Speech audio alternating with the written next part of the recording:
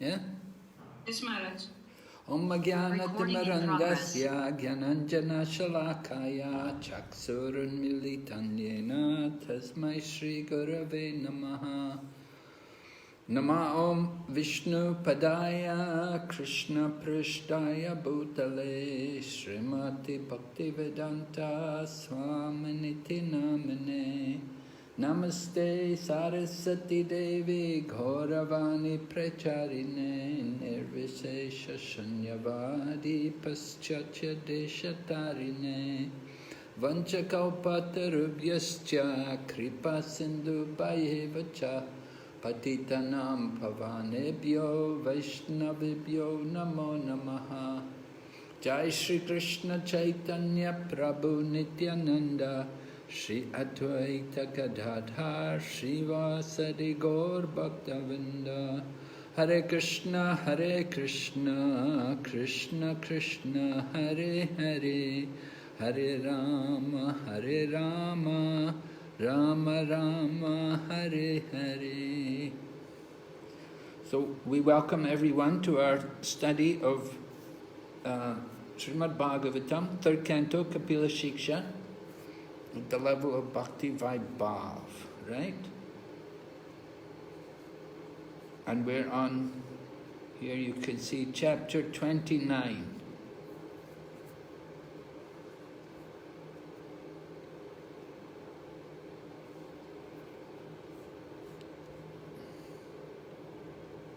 Explanation of devotional service by Lord Kapila.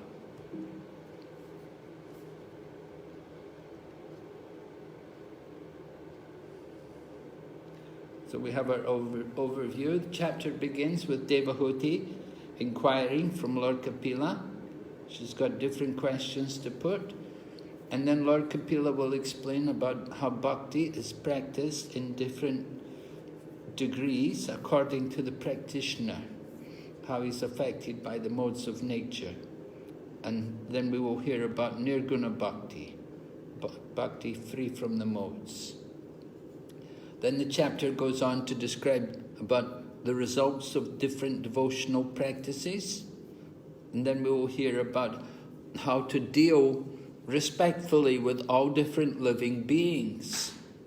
And this is quite an important topic, dealing with people, all living entities, in a respectful manner.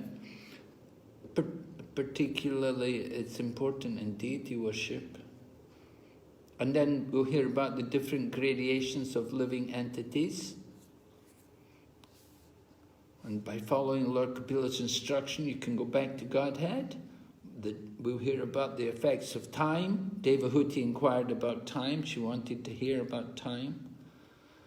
Okay, so that's it. 45 verses, quite a big chapter. Okay, so the chapter begins with Devahuti's inquiry. All right. Who would like to read for us? You can just read the English. Devahuti inquired. Please go on. Yeah, please go on. Okay, Hare Krishna, Maharaj and Mataji. Devahuti inquired, my dear Lord, you have already very scientifically described the symptoms of the total material nature and the characteristics of the spirit, according to the Sankhya system of philosophy. Now I shall request you to explain the path of devotional service, which is the ultimate end of all philosophical systems. Okay, so you can see we've highlighted her real question there. She wants Lord Kapila to explain to her the path of devotional service. That's what we're going to be hearing about. Yes? Someone else read? Explain in detail the path of bhakti, which is the root cause of the knowledge of Sankhya and the ultimate end of all philosophical systems. So explain in detail the path of bhakti. So this is discussed and it's going to be answered in this chapter, verses 7 to 34. We will hear about the path of bhakti. is going to come up in this chapter, immediately after her questions are finished. Go ahead, Maraji, keep reading. Describe about the nature of time by whose fear people performs pious acts.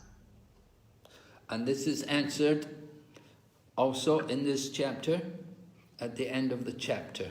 The last 10 verses we'll hear about the effects of time. I think it also goes on into the next chapter. Yes, go ahead, Maraji. Describe about the continual process of birth and death of the jivas, hearing which one becomes detached. And that will be answered in chapters 30, 31 and 32. We will hear about the process of birth and death. We'll hear about death in the different modes and what happens at the time of death, and we'll hear about birth also and what birth is like. So a lot of information there coming up in the next unit, 31, chapters 30, 31 and 32. A lot of practical knowledge. All right, someone else read, please. Bhakti Yoga. Bhakti is the heart of Sankhya. Bhakti Yoga is the basic principle of all systems of philosophy.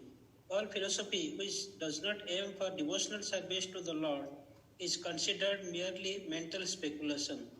But of course, Bhakti Yoga with no philosophical basis is more or less sentiment. Right. What does it Prabhupada says? Religion without philosophy is... What does Prabhupada... Religion without... Religion without philosophy is sentiment. Sentiment. And philosophy without religion? Mental speculation. All right. So here, Prabhupada is saying, you have philosophy. You may have philosophy. You don't have if you don't have devotional service, then it's simply speculation. So this is confirmed here in this statement. Bhakti yoga with no philosophy is more or less sentiment. So the Bhakti yoga is the religion, but if you have no philosophy, it's just sentiment. So this is what Prabhupada commonly said. There should be both, philosophy and religion. The highest philosophy is religion. With the religion. Okay, we're going ahead to hear more. Lord Kapila was very satisfied by the request of his glorious mother, because she was thinking not only in terms of her personal salvation, but in terms of all the fallen conditioned souls. So this was very pleasing to Lord Kapila. Devahuti's inquiries were very nice. Yes? Someone read?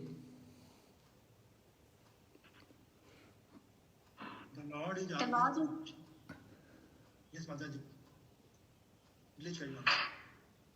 Okay. The Lord is always compassionate towards the fallen souls of the material world, this material world, and therefore he comes himself or sends his confidential servants to deliver them.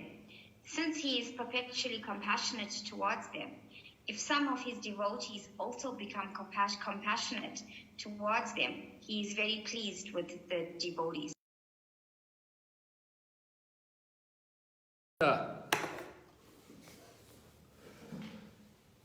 Right.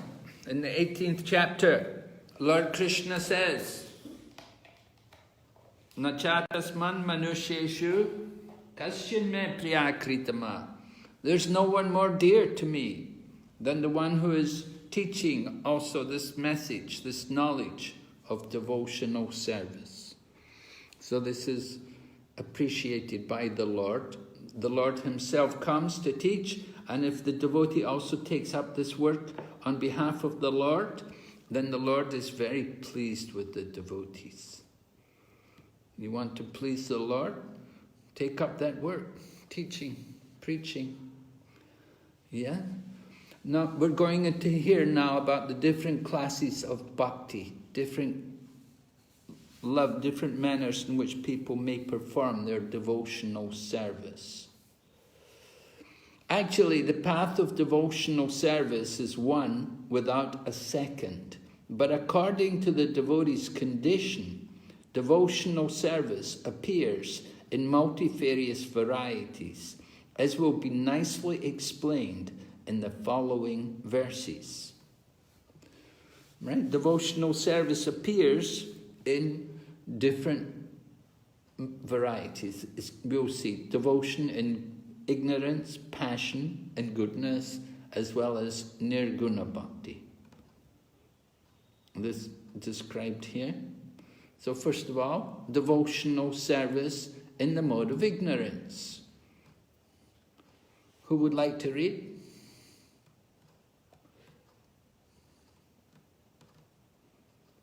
Devotional service in the mode of ignorance. Devotional service executed by a person who is envious, proud, violent and angry, and who is a separatist, is considered to be in the mode of darkness. All right, we should note, it's the person who's in the mode of ignorance. And the person, he may be doing devotional service, but because he's in the mode of ignorance, so the activities are influenced. So in the mode of ignorance, a person may have these kind of characteristics: envious, proud, violent, angry, a separatist. 1, angry. 2, devoid of compassion. 3, worships the Lord with intentions of violence, pride, and hatred. People do these things. They worship the deity with that kind of motive. They want to do harm to someone. Of course, pride, that could be it's very common. Oh, look at me, I'm worshipping the deity. You see, I'm very religious. I'm very pure. I'm on the altar with the deity. So we have to be careful of these kind of moods. Srila Vishwanath Chakravarti Thakur gives us an important commentary. Who would like to read? One should not say that bhakti becomes tamasic. Rather, the particular person in question is tamasic. He is angry. He does not see happiness and distress equally in himself and others. Bhinnadruk. In other words, he is without compassion. With a goal of violence, pride and hatred, the angry person with no compassion who performs bhakti, bhavam, to me is tamasic. Tamasic, right. If we do devotional service in that kind of mood, and it often happens. We see it. Maybe you've been doing some managing with devotees, and you have to ask someone, you have to say, Prabhu, would you mind to do the arti? And the person goes, oh, me? Oh, why I have to do it, Or you say, Prabhu, would you be able to go in the kitchen and cook the offering? Oh, no, you always come to me when somebody doesn't come. Well, Prabhu, the marriage is off the altar, We need somebody to cook the offering. Yeah, but why do you always come to me, And like that, we have a very kind of a grudging mood, not very pure motivation, And sometimes it's much worse. Sometimes, hatred.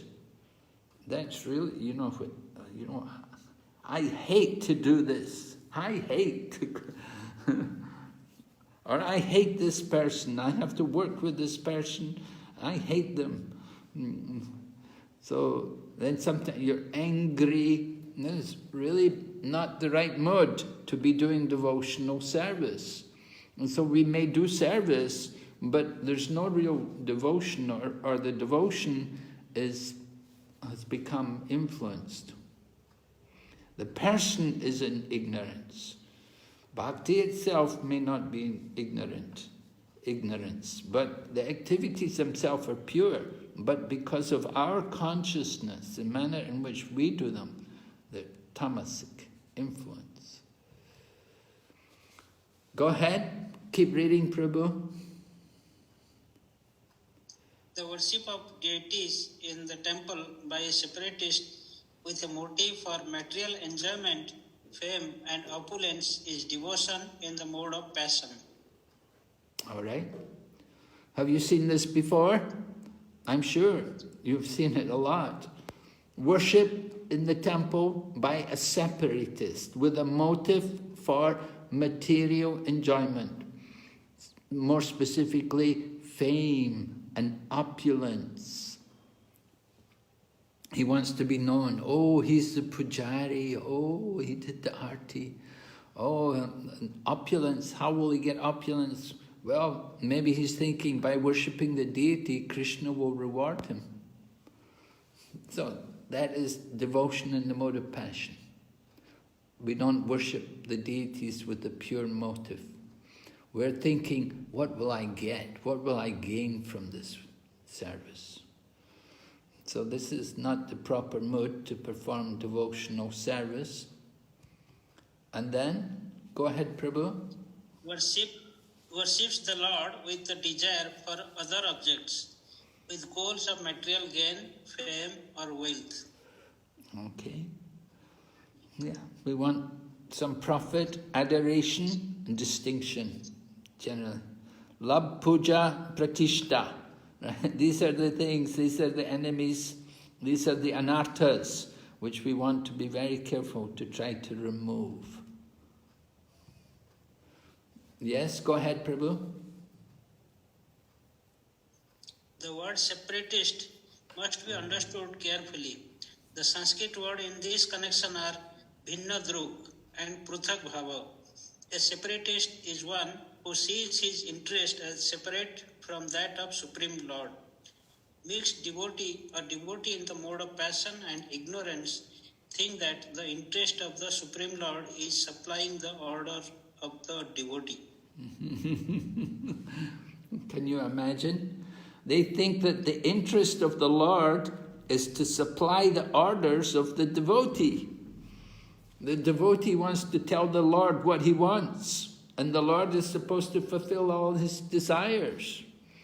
And so that is a very unfortunate situation. The person in that condition is influenced by the modes of nature.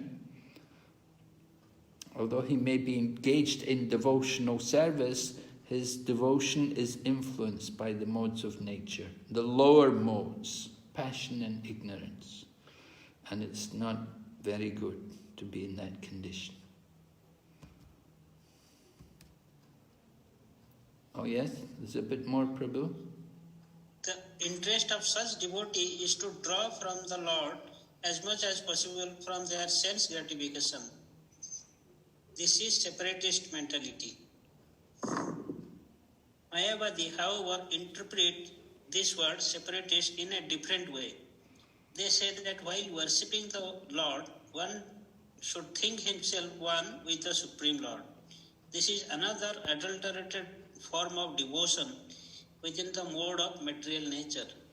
And so we see how the Mayavadi, how they interpret the word in a very different manner.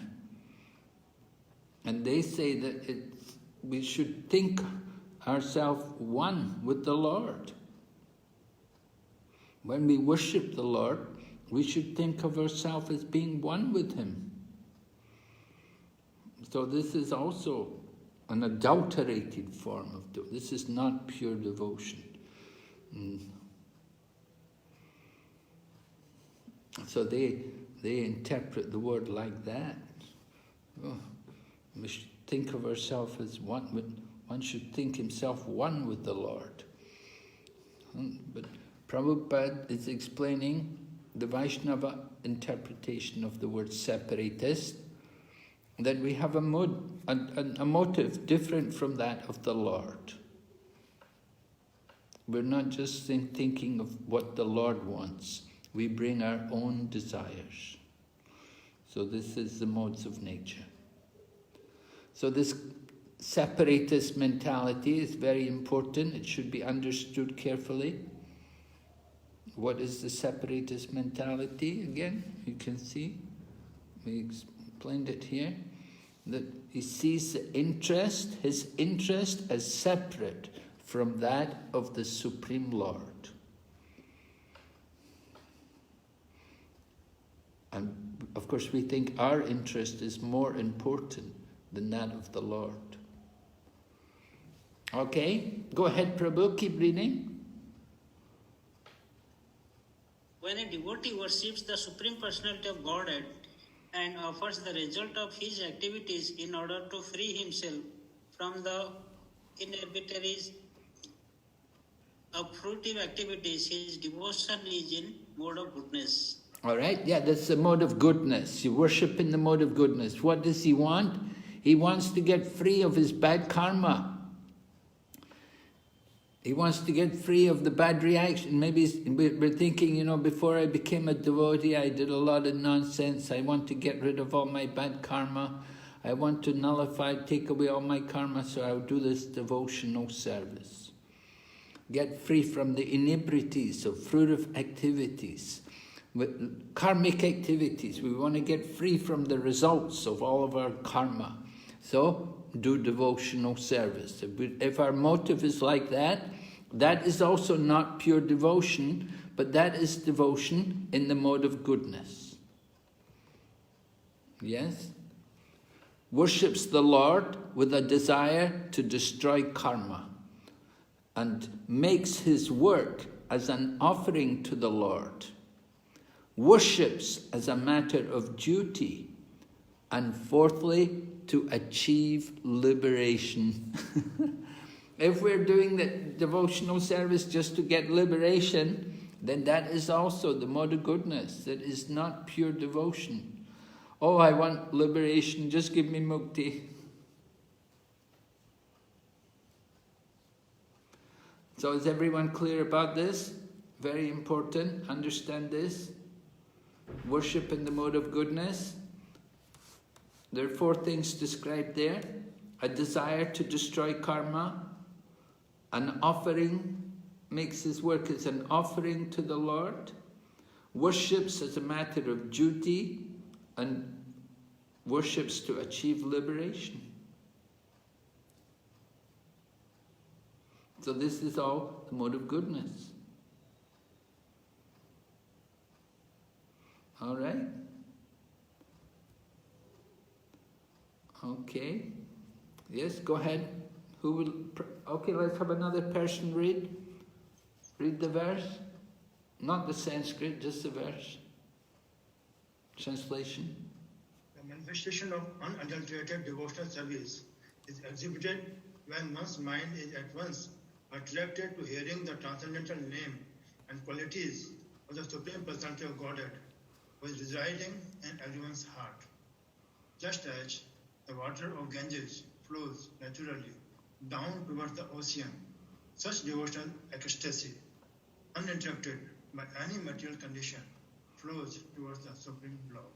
All right, so now we're hearing about Nirguna Bhakti, or pure devotional service, or described here, unadulterated devotional service. One's mind is at once attracted to hearing the transcendental name and qualities of Krishna. So that is the sign of, at once the mind is attracted, you want to hear. And the example is given, just as the water of the Ganges flows down to the ocean. So that is that kind of devotional ecstasy, uninterrupted by any material condition, flows towards the Supreme Lord. Right? There's many verses like that in the scriptures. Right? Remember, just as the Ganges flows forever to the sea, what does Queen Kunti say? Tvai me Ganga Vishaya Vidurmad. Who knows the verse? Tvai me Ganga Vishaya Matir Madhu Pate Sakrit. As the Ganges forever flows to the sea. Let my attraction be drawn to you in the same spontaneous way. Right? Who knows the verse? Nobody. You studied Queen Kunti, you didn't learn this verse? Yes? Nobody going to tell me. All right, characteristics of pure bhakti, beyond the modes. What are the features of pure bhakti? First of all, bhakti is beyond the gunas. It's not influenced by the modes of nature. It's not influenced by even goodness. It's above even goodness. And then the absence of results other than bhakti. Absence of results other than bhakti. The only thing you get from bhakti is bhakti. We don't want anything else. We just want more devotion. We're not looking for anything. We have no material desires. And then the lack of obstructions from other processes. Other processes like gyan and karma or meditation, these things, then they can obstruct us. They can obstruct our devotion. But if we just do devotion, then there's no problem. Devotees do not accept any kind of liberation unless it involves service to Krishna. A devotee doesn't want liberation. He just simply wants devotional service. Lord Chaitanya Mahaprabhu has taught us in the Siksha. He didn't want wealth or followers or praise by beautiful poetry. He simply wanted devotional service, birth after birth. So he was not interested in liberation. A devotee does not desire any kind of liberation unless there's an opportunity to do service to Krishna. So this is the highest state of existence, which surpasses the three gunas and attains prema for Lord Kapila or Lord Krishna. Okay, going ahead. Avichinina, without interruption, no material condition can stop the flow of devotional service of a pure devotee. As the flow of the Ganga cannot be stopped by any condition. So devotional service should be like that. Ahaitaki apratihata yayatma suprasidati. Right? Must be unmotivated and uninterrupted. So here, without interruption, that is one characteristic of pure devotion. And then ahaitaki means without reason. Right? We had that already in the first canto, second chapter, Savai Pumsam Parodharmo. Right? Mentioned ahaitaki apratiyata. So here, different words are used. And then avaya vahita means without cessation. So we had without interruptions, this is without cessation. A pure devotee must the Lord 24 hours a day without cessation. His life is so molded that at every minute and every second he engages in some sort of devotional service. So, how are you going to do this? Do you get to sleep? Are you allowed to sleep? Yes. Huh? Who's going to answer? Yes, Mataji? Yes, Maharaj, we are allowed to sleep. But we can sleep in the proper time. Sorry. We can sleep in the proper time and wake up for Mangala Arati. Yes. Not so long. Don't sleep too much, right? Don't sleep too little, don't sleep too much. But just sleep enough to do what? Rest the body so you can serve Krishna better. Yes, right. So that you can serve Krishna better the next day. Right. You have to be able to do your service the next day. All right. And then another meaning of the word avyaya vahita is that the interest of the devotee and the interest of the Supreme Lord are on the same level. The devotee has no interest but to fulfill the transcendental desire of the Supreme Lord. So one in interest. Srila Prabhupada often talks about that. He said this is real oneness, the interest, one in interest. And Prabhupada would give the example about the family, how a family have the common interest. They're all interested for the well-being of the family. There may be the father and the sons, and they all have the common interest. They want to benefit the family. So here also, the Lord and his devotees, the common interest. The devotee has no interest separate from the Lord. If his interest is separate from the Lord, then he's a separatist, right? And we're hearing that separatists, they're in the modes of nature. All right? Going ahead, text number 13. Right? A devotee, someone read?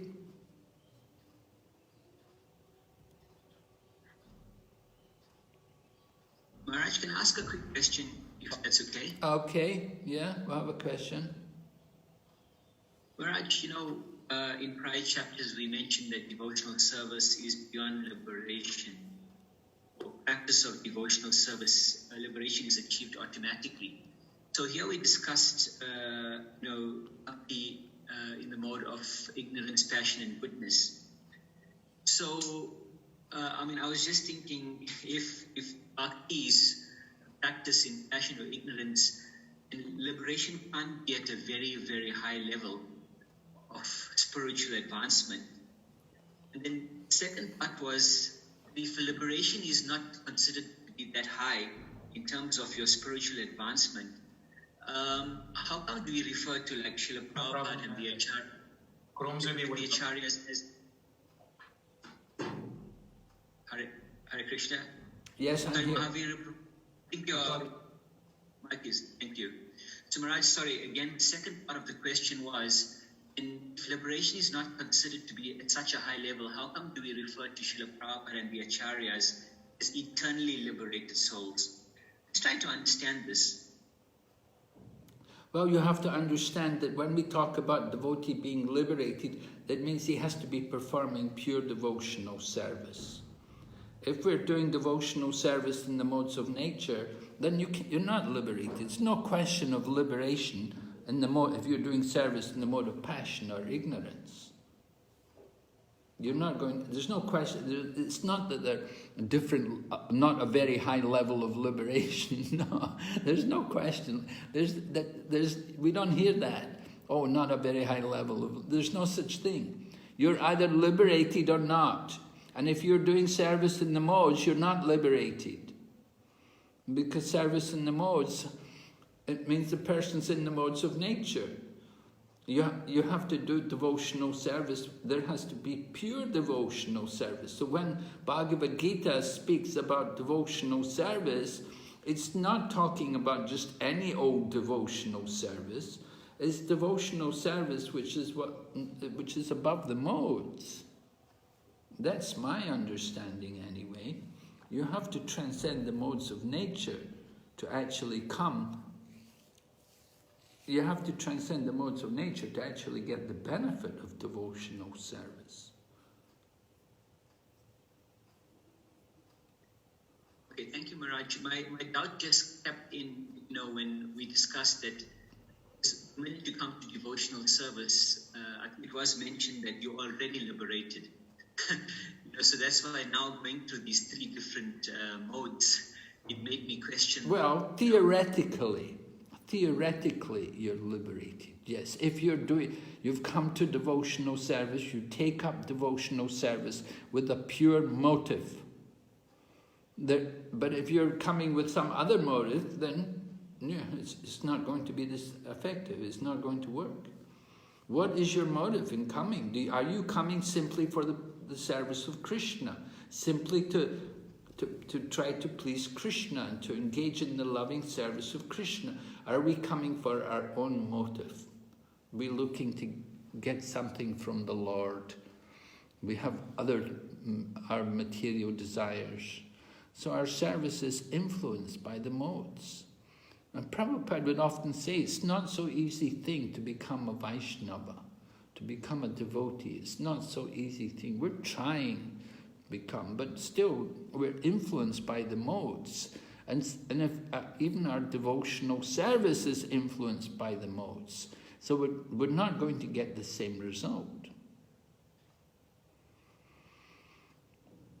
In the Bhagavad Gita, Krishna said, Mamchayo vaya bicharena bhakti yogena sevate sagunam samatichekam brahma bhuyaya kalpate. So liberation means to come to the Brahma Buddha stage, to have transcended the modes of nature. But what do you have to do to come to? You have to perform devotional service without falling down. It mentions here that one who engages in my devotional service without falling down, without deviation, then he transcends the modes of nature, comes to the level of Brahman. So there are some qualifications there. It's not so just, oh, anybody who comes and does any service, they're liberated. No, you have to come to the level of proper devotional service, just like chanting the holy name. You know, there's qualities in chanting the holy name. Not everybody gets the benefit of destroying all their sinful reactions. Now, if you chant the holy name, Nama Parad, you don't get rid of all your sinful reactions, do you? No, Maharaj, no. And so, You don't. So that's devotional service. You see, the devotional service is chanting the holy name also.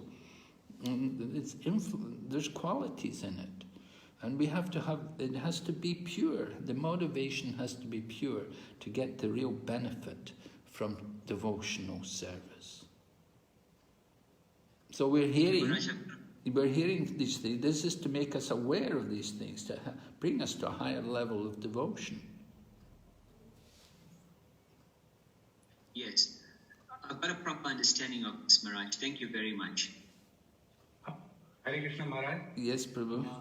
May I ask a question from the previous slide, Maharaj? Okay. What, this one? Yeah, actually in this one, it is mentioned that absence of results other than bhakti and lack of obstructions from other processes. So lack of obstructions from other processes, actually I am unable to understand which processes actually are being referred here. Well, if we're doing other processes like karma, jnana, karma yoga, jnana yoga, then there'll be some kind of jnana yoga. You've got knowledge. You're thinking about knowledge. You're cultivating jnana. And karma yoga, there's a lot of detachment there. You want to try to get detached from the results of the work. You can get caught up in these kind of things. Basically the paths of karma, jnana and yoga. Yes. Okay. These are basically this pure bhakti is referred to as Nirgun Bhakti, Maharaj? Yes. Okay, Maharaj. Thank you, Maharaj.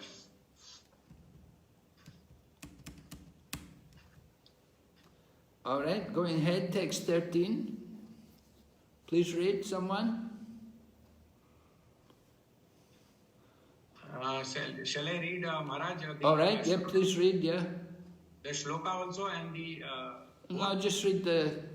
Okay, a pure devotee does not accept any kind of liberation, salokya, sarishti, samipya, sarupya or ekatva, even though they are offered by the Supreme Personality of Godhead. All right, so what is this salokya? Shall I say, Maharaj? Yes. To enter the same planet as that of the Supreme Lord.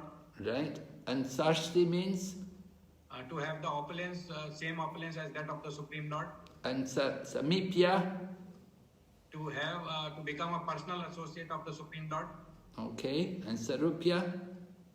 to have the same form, which is the form of the Supreme Lord. And what about ekatva?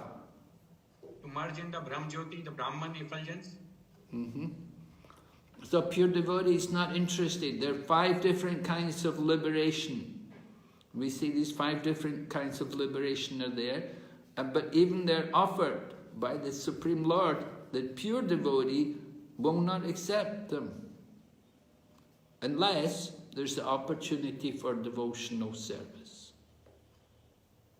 So these 5 kinds of liberation, a devotee will never accept ekatva under any condition because there's no opportunity for devotional service. But the other 4, the devotee may accept them if there's the opportunity for devotional service. If the Lord is telling him, no, you should take it, you should go. You should go to my abode, like that. So a devotee may take it. Okay? So next section, devotional practices for the purification of the mind. We do want to purify our mind, right? So, it's described in text 15 to 18. A devotee must execute his prescribed duties, which are glorious, without material profit.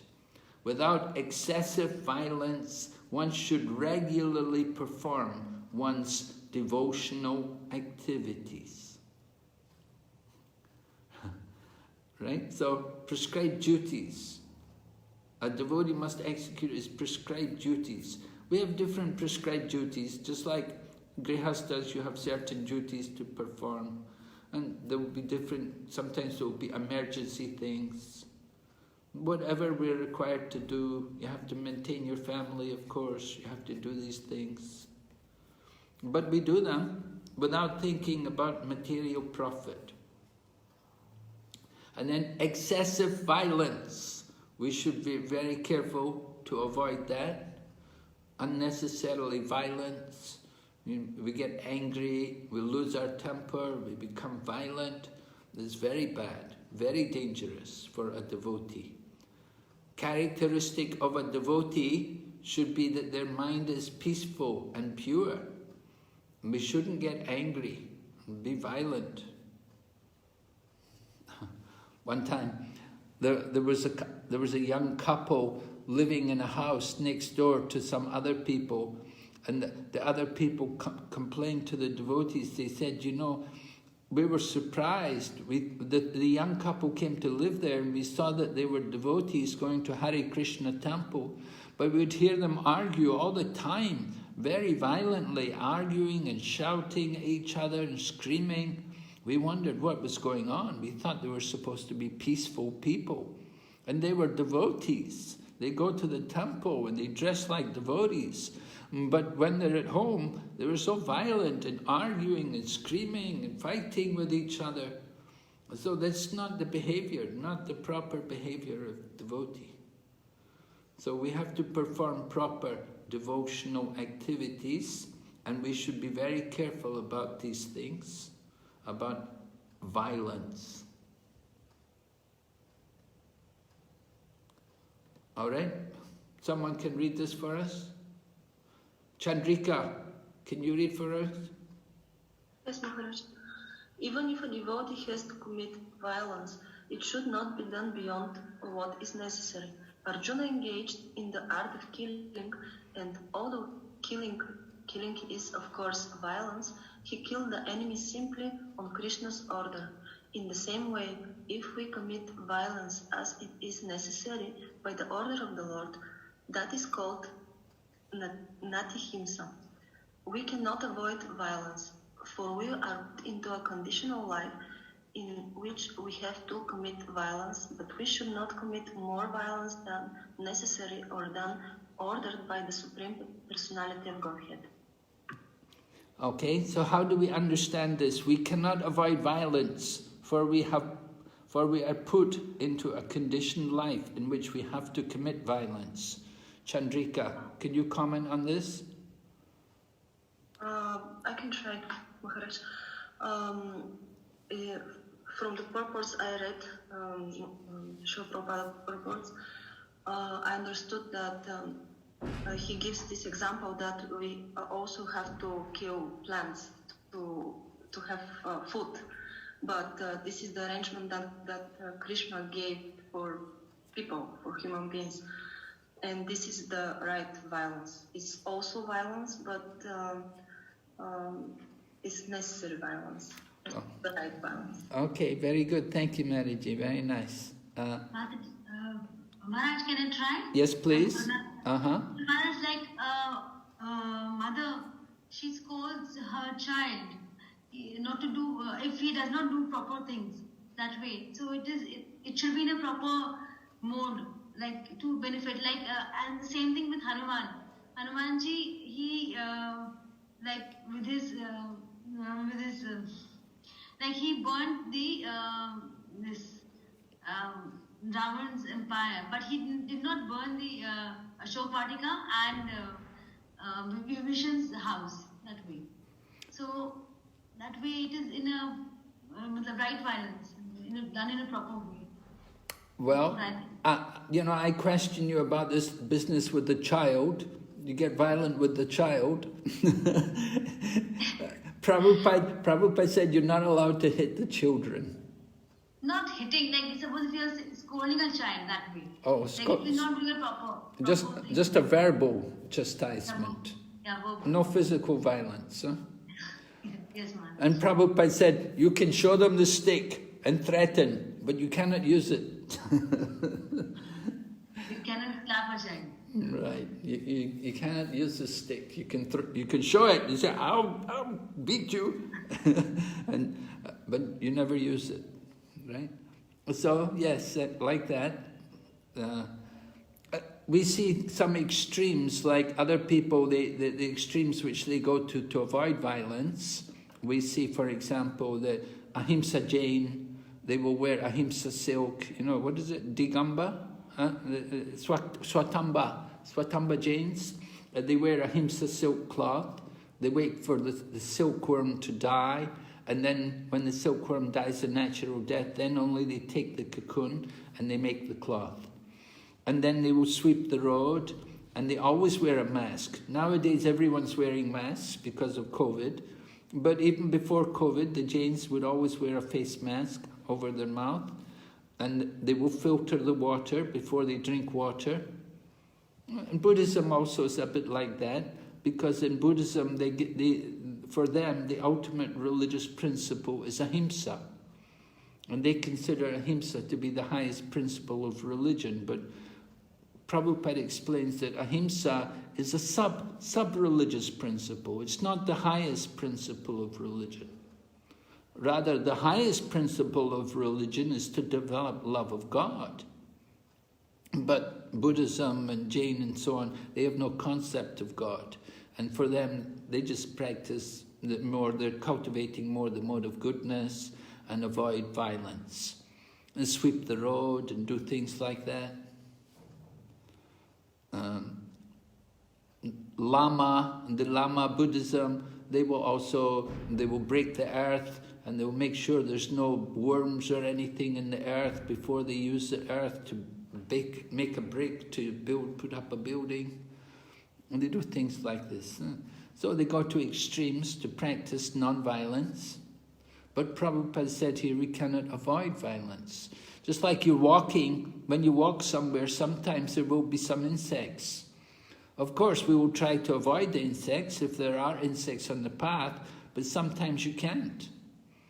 And sometimes you may be driving in a car, and sometimes, a bird may fly into the car or something, and you may be responsible for some kind of violence like that. Difficult to avoid all violence. So Prabhupada said we cannot really avoid it.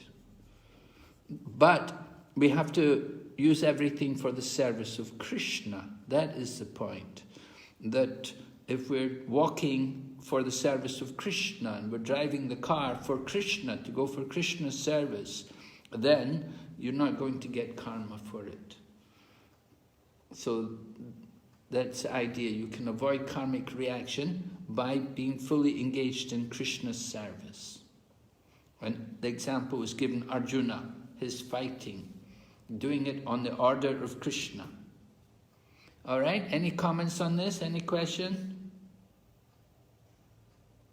Maharaj, I was just thinking that, avoiding violence, like if you're going to work and, there's protests in the city and you get stuck in the middle of it, or even when you're driving, and there's this road rage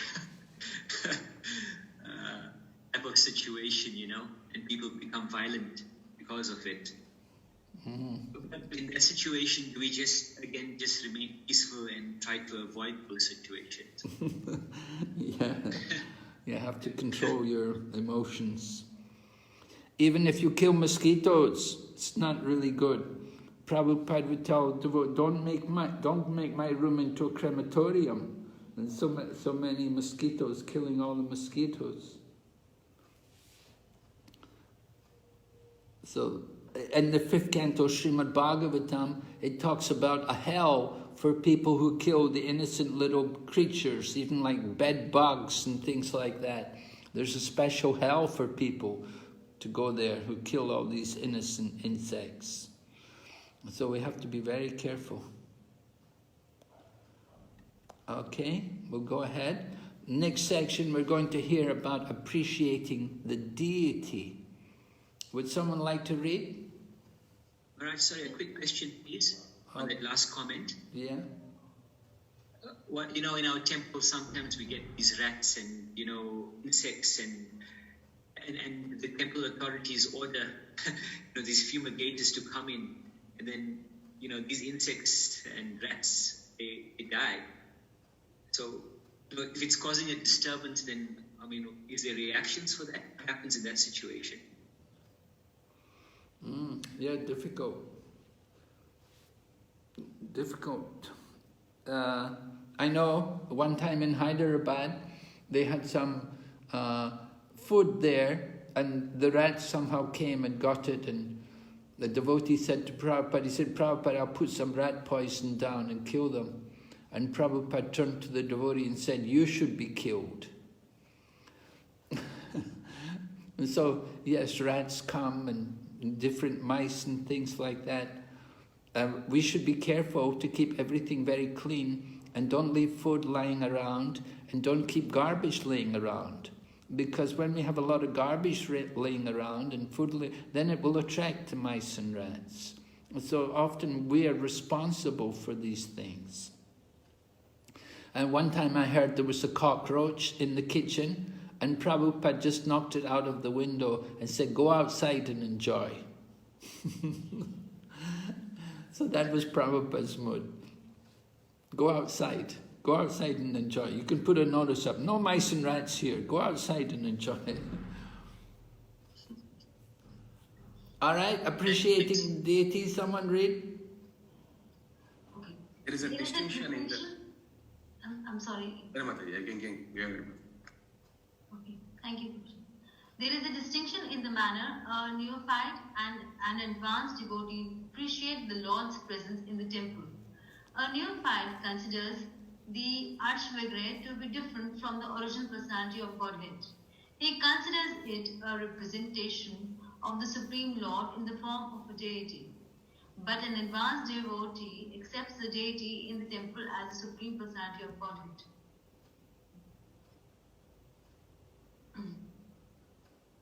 This is the vision of a deity, of a devotee, whose devotional service is in the highest stage of bhava, or the love of Godhead, whereas a neophyte's worship in the temple is a matter of routine duty. Okay. SB 3.29.164. So deity worship can be done in the mode of passion, ignorance, passion, and goodness, right? What would it be like if you're in the mode of ignorance, you're worshipping the deity? Could you give an example, Mariji? I'll ask for some favor from God, like I'm doing this, please give me this thing. Well, that's not the mode of ignorance, that's the mode of passion. I'm sorry, I'm not able to think Maharaj. Someone help her? What would be deity worship in the mode of ignorance? Like doing as a kind of burden. Begrudging mood. A grudging mood, an angry mood, yeah. Maybe you get up, you don't take bath, you don't put tilak on even, you go on the altar and do the deity worship. And you put on old cloth, you don't put on clean cloth or something, you're laying down sleeping in your cloth, the same cloth you go on the altar and do deity worship. That's the mode of ignorance. We don't give proper attention. And deity worship in the mode of passion, Maharaji was saying, you may ask the Lord for something, or we want everyone, come and see me, I'm worshipping the deity, look how pious I am, I'm very religious. And what about deity worship in the mode of goodness? What would it be? What would be? Yes, Maharaj, like we are doing for God's pleasure. I mean, we're doing deity worship for God's pleasure. No, that's not, that's pure goodness. That's pure devotion, when you do it for God's pleasure. What's in the mode of goodness? To get liberation or to get free from result of pious from karma? Yes, to get free of karma. And what was the other thing you said? Yes, to get liberation? Sorry, couldn't hear you. As a sense of duty. Yes, as a sense of duty, that was one reason. And we're doing devotion service in the morning, like attending Mangala Aarti, that way, doing japa, and so that is mode of goodness. Desiring for liberation. Yes, the desire for liberation, right. That is, if you have the desire, you want liberation, or you do it as a matter of duty, or you do it, what was the other reason we had? Yes, we had some more reason. Yes? What did you say? Doing the work as... It's thinking it's a pious activity. To get rid of our bad karma, right? To get rid of our bad karma, we want to get rid of our karma. We want to get rid of our karma, and we do deity worship. We may want liberation, or we may just simply do it as a matter of duty. And we may even do it as an offering to Krishna. Everything, I'm offering this to Krishna, this is my offering to Krishna. That's not for Krishna service. That's not the mode of pure devotion. Pure devotion, we simply want to please Krishna. We're not offering anything. We're simply doing service for Krishna. I want to give service for the pleasure of Krishna. Right? And here it's talking about the neophyte. The neophyte, how does he see the deity? He thinks no, this is a deity. This is not God. This is not the personality of Godhead. This is a deity. They make a distinction between the deity and the Supreme Lord. So the Supreme Lord is different. From their thinking is different. But the advanced devotee, they see this is the Supreme Lord. It's not just a deity, it's the Supreme Lord himself who's come as in a deity form. No difference. That's the advanced devotee. All right?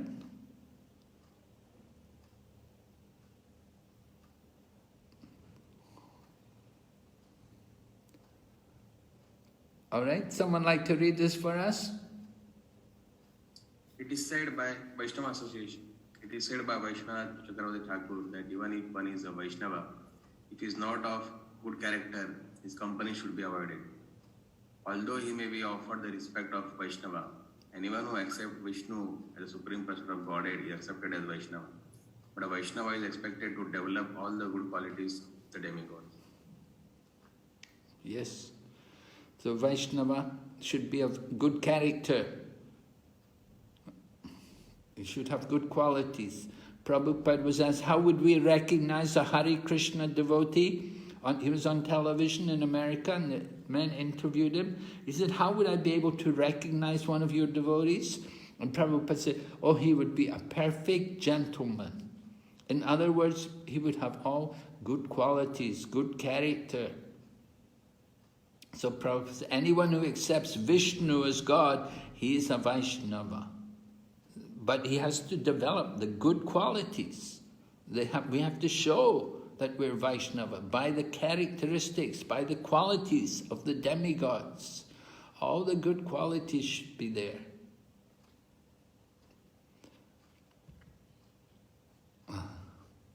All right, who could read this one for us?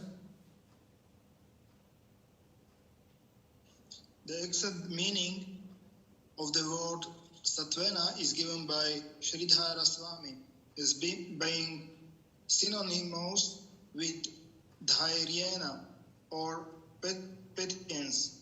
One must perform devotional service with great patience. One shall not give up the execution of devotional service because one or two attempts have not been successful. One must continue. Srila Rupa Goswami also confirms that one should be very enthusiastic and execute the devotional service with patience and confidence. Patience is necessary for developing the confidence that Krishna will certainly accept me because I am engaging in devotional service. One has only to execute service according to the result and regulation to ensure success. All right. Thank you, Prabhu. So patience is necessary for developing this confidence that Krishna will accept me. It's going to take time. Just because one or two attempts have not been successful, we shouldn't be discouraged. Prabhupada gives the example about the woman who gets married. She immediately wants a child. So it's going to take time. So here we see also patience, that we should be utsahan nischayat dhairya, right? Enthusiasm, patience, and confidence. Very important qualities in order to develop our devotional service. So we have to be willing to be patient and wait for Krishna to bestow his mercy on us. All right, qualities of a Madhyama Adhikari, the intermediate devotee. Someone read?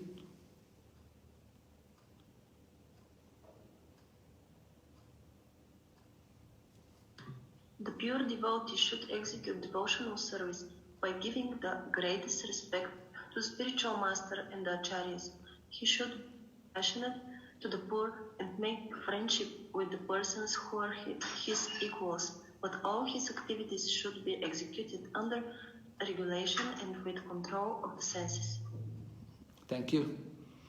So the Madhyama Adhikari, he makes distinction. He makes distinction between devotees and non-devotees. Here we see he's compassionate to the poor, makes friendship with persons who are his equals. It does not mention here about giving up the association of people who are demoniac or atheistic. But it mentions we should offer greatest respect to the spiritual master and the acharyas. So this is Lord Kapila. It's similar to what's mentioned in the 11th canto, where the Madhyama Adhikari is better described. This is Lord Kapila's explanation here. Respect to the Guru, the Acharya, and of course worship should be offered to the Supreme Lord. How to offer proper worship to the Supreme Lord. And we should respect not only the Supreme Lord in the deity form, but we should respect all living entities. So here, the Madhyama Adhikari, he makes distinction. His compassion is directed to the poor, and he makes friends with persons who are his equals.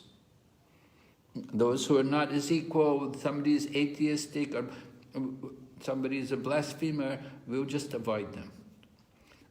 Madhyama Adhikari also, his activities should be executed under regulation, with control of the senses. This is an important part of sadhana bhakti, regulation and sense control. That's why temple program is very helpful for all of us. If you have a temple near you, you can be regulated, take part in the temple program. Right? So these are the 4 points which are brought about here. Madhyama Adhikari. We'll go ahead.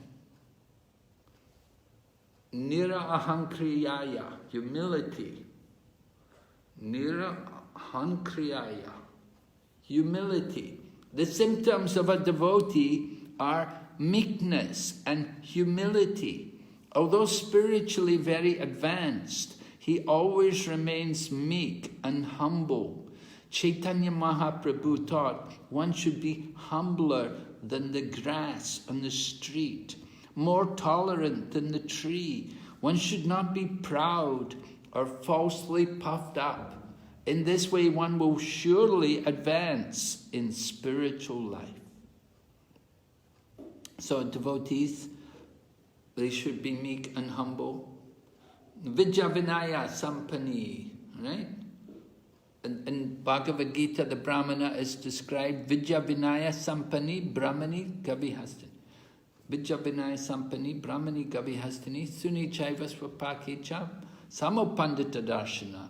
So the Brahmana is described Vidya Vinaya, learned and gentle. So here also, meek and humble. Amanitvam Adam Vitvam. In the 13th chapter of Bhagavad Gita, Lord Krishna describes items of knowledge. And the first items of knowledge are humility and pridelessness. So here also, meek and humble, very important. And Prabhupada quotes Chaitanya Mahaprabhu from Shikshastikam. Our ego should be like the straw in the street. Remembering our spirit soul is 1/10,000th of the tip of the hair. And so our ego should be in proportion to the dimension of the soul, not in proportion to our body. If our ego is 6 foot tall, our ego is in proportion to our body. But when our ego is very small, it should be in proportion to the dimension of the soul. We should be very tolerant like the tree, as the tree tolerates all conditions. So we should also tolerate. Okay, go ahead. Results of this practice. We need someone to read.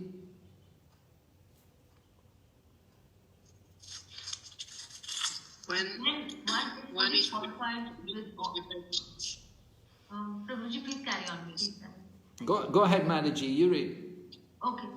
When one is fully qualified with all the transcendental attributes and his consciousness is thus completely purified, he is immediately attracted simply by hearing my name or hearing of my transcendental quality. As the chariot of air carries an aroma from its source and immediately catches the sense of smell, similarly, one who constantly engages in the devotional service in Krishna consciousness can catch the Supreme Soul, who is equally present everywhere. Hare Krishna. Okay, thank you. Yes? So this is the result of practicing Bhakti Yoga. They become attracted. We become attracted to hearing about Krishna. We get a taste for Krishna. And we feel the presence of Krishna everywhere, in everything. Yes? There's another Mataji, you have to continue us a bit more here. Yes, Maharaj.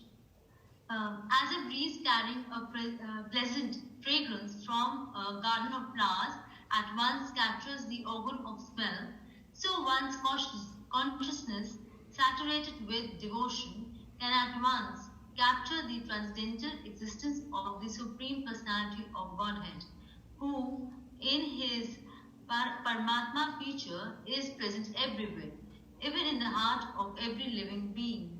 SB 3.29.20 purport. Thank you. Okay. Okay, so now... Offenses?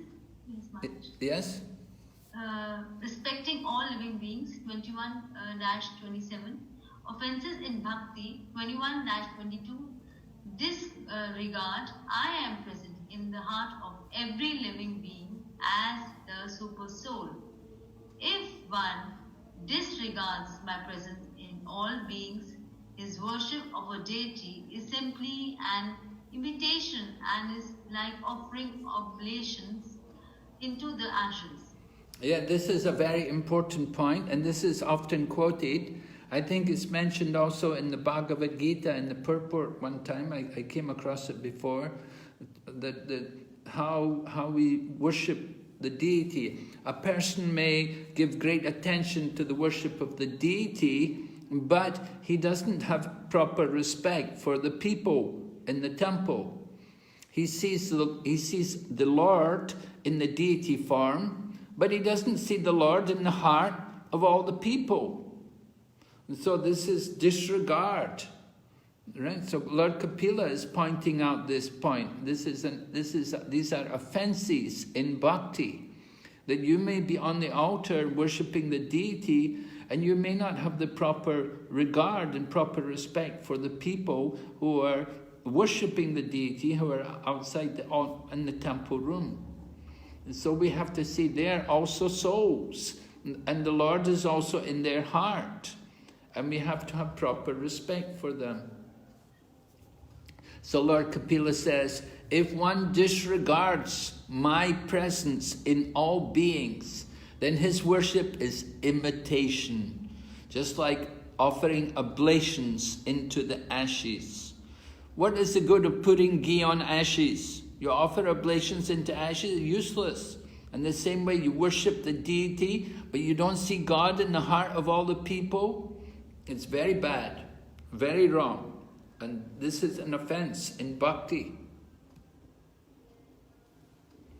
It's another offense. The second one, go ahead, Maharaji. Yes, Maharaj. Offenses in bhakti. 23. Hatred. The mind of such a separatist who worships me but hates other beings does not attain peace. 24. Criticism.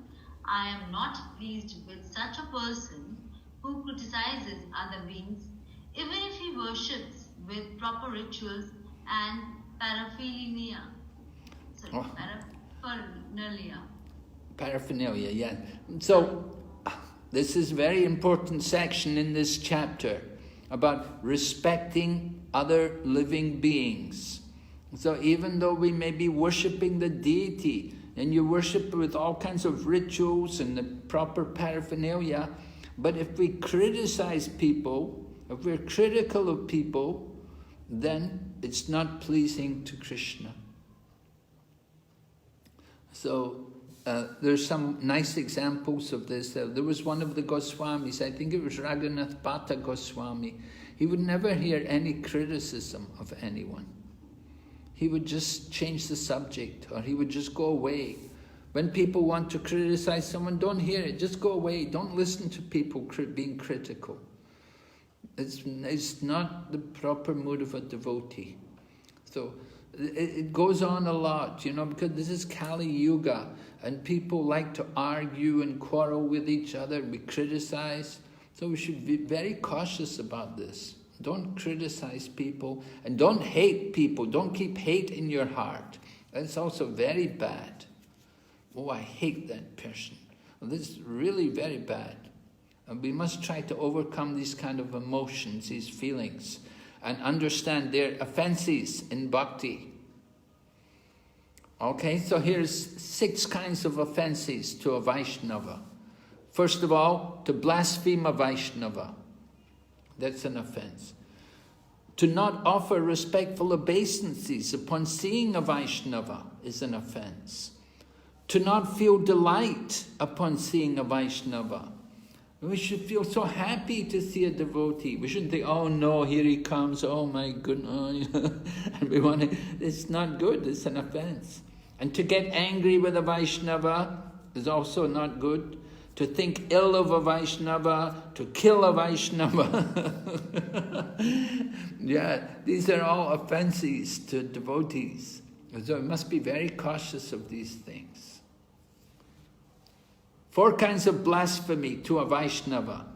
To blaspheme a Vaishnava, for his or her apparent low birth or caste. That is blasphemy. You criticize someone, oh, that person, they're so low class, they're so low, you know, oh, they're not, you know, they're Sudra, there's people, they're Chandalas, they're Malachas, you know, we criticize them. So that's a blasphemy. Or to blaspheme a Vaishnava for some previous sinful activities prior to one's surrender to Krishna, that's also not good. You criticize someone, something they did before becoming a devotee. Or you criticize someone for some unpremeditated, accidental fall down. Well, they may do something just by chance, it was very, you know, they never did it before, and they certainly won't do it again. We shouldn't criticize. It can happen to people. To blaspheme a Vaishnava for the last trace of his or her previous sins or faults that are almost rectified. So this is described for us in Harinam Chintamani. So respecting people, very important. If we criticize him, bear bad feelings towards him, or hear him criticized, we're involved in sadhu nindana. Blaspheming a devotee incurs the anger of Krishna. So we have to respect everyone. Okay, coming back to Kapila Siksha. Here's Lord Kapila. And how to respect all living beings. What do we need to do? We have to realize the presence of the Lord in everyone. That's how to properly respect them. See the Lord in everyone. Okay, who's going to read? Maharaji, can you keep reading? Yes, Maharaj. Just hold on. A devotee should try to understand everything in relationship with Krishna and try to serve everything in that spirit. To serve everything means to engage everything in the service of Krishna. If a person is innocent and does not know his relationship with Krishna, an advanced devotee should try to engage him in the service of Krishna. One who is advanced in Krishna consciousness can engage not only the living being, but everything in the service of Krishna. Thank you, Maharaj. Thank you, Maharaj. Okay, so that's the point. Everything in relation to Krishna. Try to understand everything and try to serve everything in that manner. Nirbandha Krishna Sambandhe Yukta Vairagya Uchate, right? Everything in the service of Krishna. Use everything in the service of Krishna. And what is not for the service of Krishna, we don't need it. So to serve everything means to engage everything in Krishna's service. An innocent person doesn't know his relationship with Krishna. An advanced devotee should try to engage him in the service of Krishna. People come to our temple, we try to engage them in the service of Krishna. We will teach them to chant. When I first went to the temple, I remember the devotee said to me, he said, we're cleaning the temple today. Would you like to help? So I was a little surprised, and I looked at him, and he said, when you clean the temple, you're cleaning your heart. So I thought, this sounds very mystical. I definitely want to do this.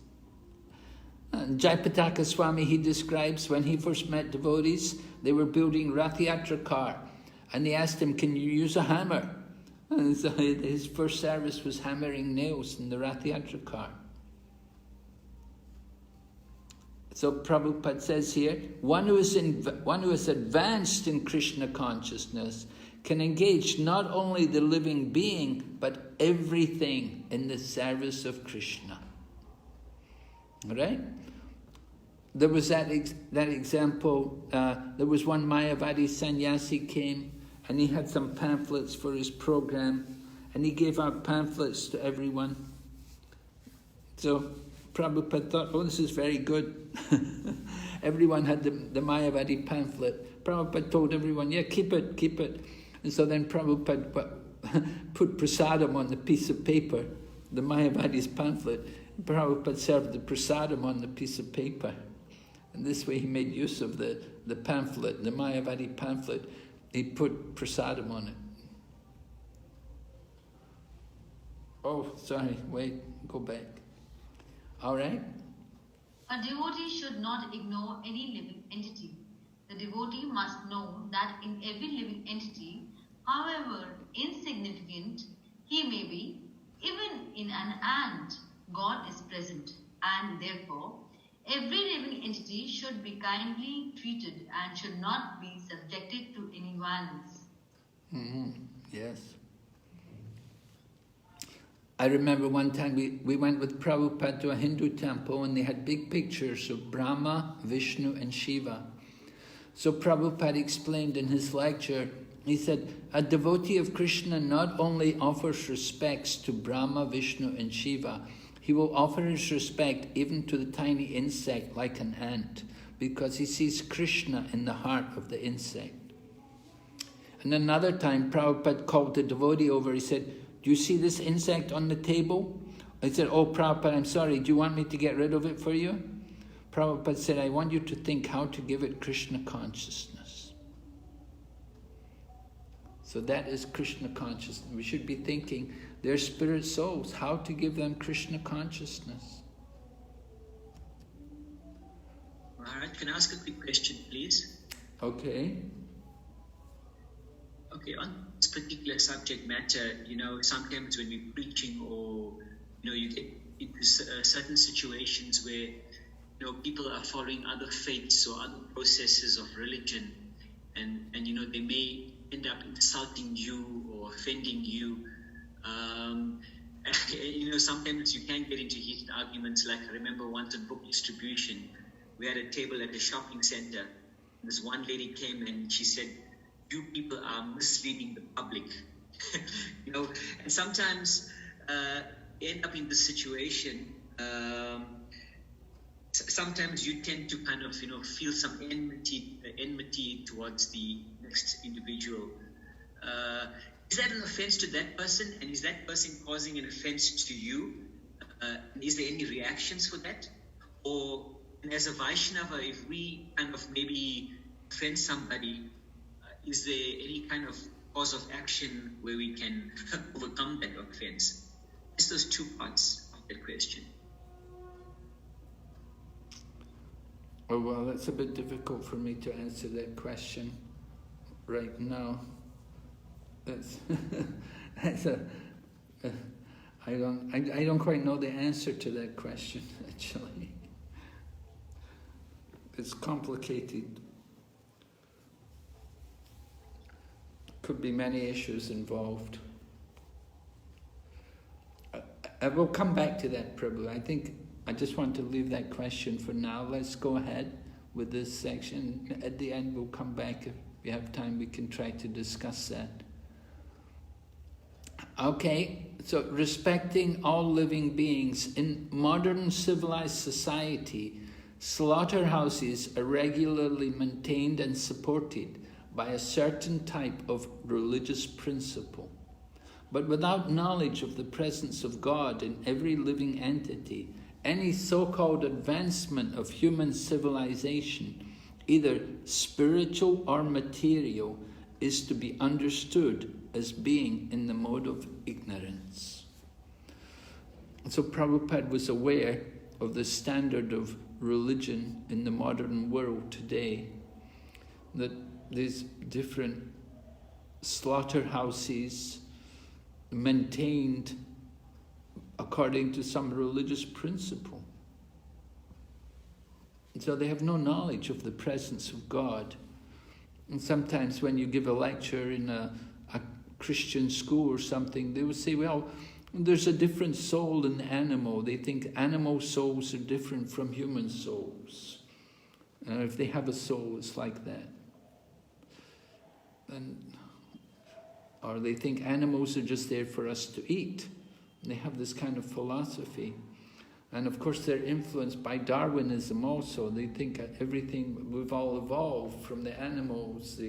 They accept atheistic, godless theories like Darwinism, theory of evolution. Although they're supposed to be God-conscious people, they accept all kinds of atheistic philosophies. So this is going on in the material world, so much influenced by the mode of ignorance.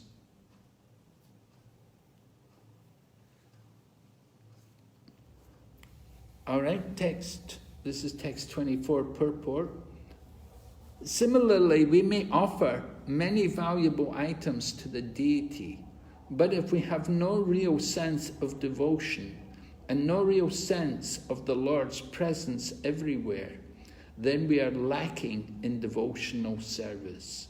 In such a state of ignorance, we cannot offer anything acceptable to the Lord.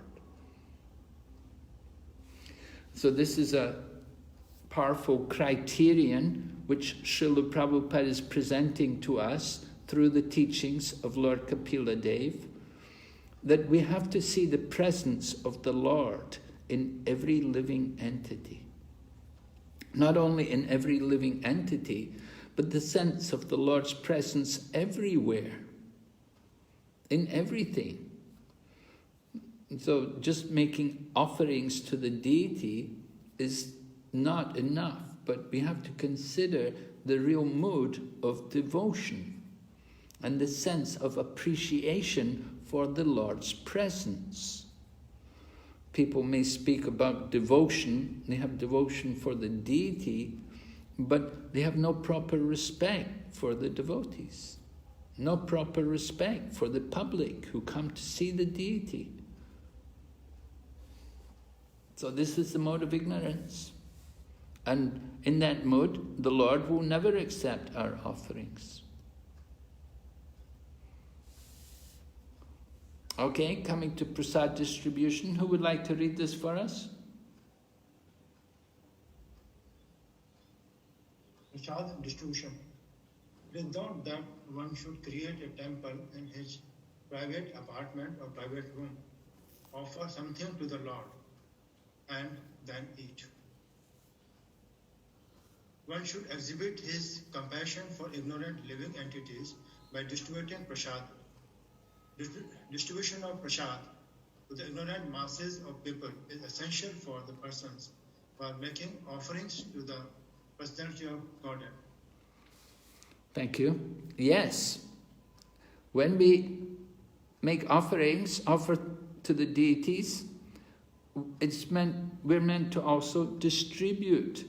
If we're simply keeping the deity in our home and we make our own private offerings and eat everything ourselves, then Prabhupada said that's only a little better than animal life. It's only a little better than animal life. You're only thinking of your own self. When we keep things, when we cook for the deity, we cook for the Lord, that means we should also distribute. And Prabhupada was always very eager to see prasadam distributed. He liked to see people take prasadam. One time Prabhupada was in Kenya. And he was in Kenya and he saw there was one Sikh temple, I think it was a Sikh temple, and they were distributing prasadam. And they had it organized so well. All the people could come in and sit down, and they were brought hot chapatis, freshly cooked, perfectly made chapatis, which were well cooked and nice to eat. And they had a nice sabji as well to eat with the chapatis. And as soon as they ate, more was put on the plate. And this way people were sitting and they could eat as much as they wanted. And when Prabhupada saw it, he said, oh, this is real prasadam distribution. Prabhupada liked that so much. He liked to see that our movement would also distribute prasadam for the public.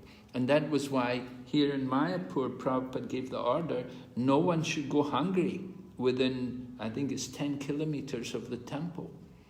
Of course, that was in the 1970s, when people were much poorer here. The economic situation has improved a lot since that time. But still we do, especially with this pandemic, we do a lot of prasadam distribution here. And it's very important for the public opinion. And I know in other parts of the world, devotees also are doing prasadam distribution.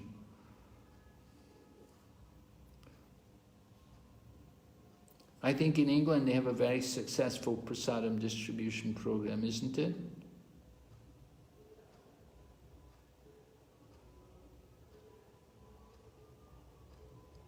Yes, Maharaj is quite. There's one devotee called Parshuram. He's quite well known in the UK and other places in the world. He has a massive food distribution program. Massive? Yeah, well, not as much as in Mayapur, thousands and thousands, but every day he's distributing food. What he does, he gets donations from the various supermarkets. The items have gone out of date, and they phone him, and he gathers everything, makes big prasad and distributes it. Oh. How many vehicles do they have distributing? Well, he has about 4 or 5. He has these little carts, or kind of free-wheeled carts that and he's got devotees. They then take it to the different universities in central London. On the cart? Yeah. Really? They have a cart? Yeah. It's like a free-wheeled bike with some boxes on the back where he keeps the prasad hot. Is it motorized? No, it's one of them's battery. One of them they have, these battery-driven bikes. Oh, it's battery. Battery, Yeah. And they have something to keep it hot also. Yeah. They keep it in special containers that keeps really warm and hot. Oh, special containers to keep it warm. Okay. Yeah. And the students love it because they get free prasad. It's all free.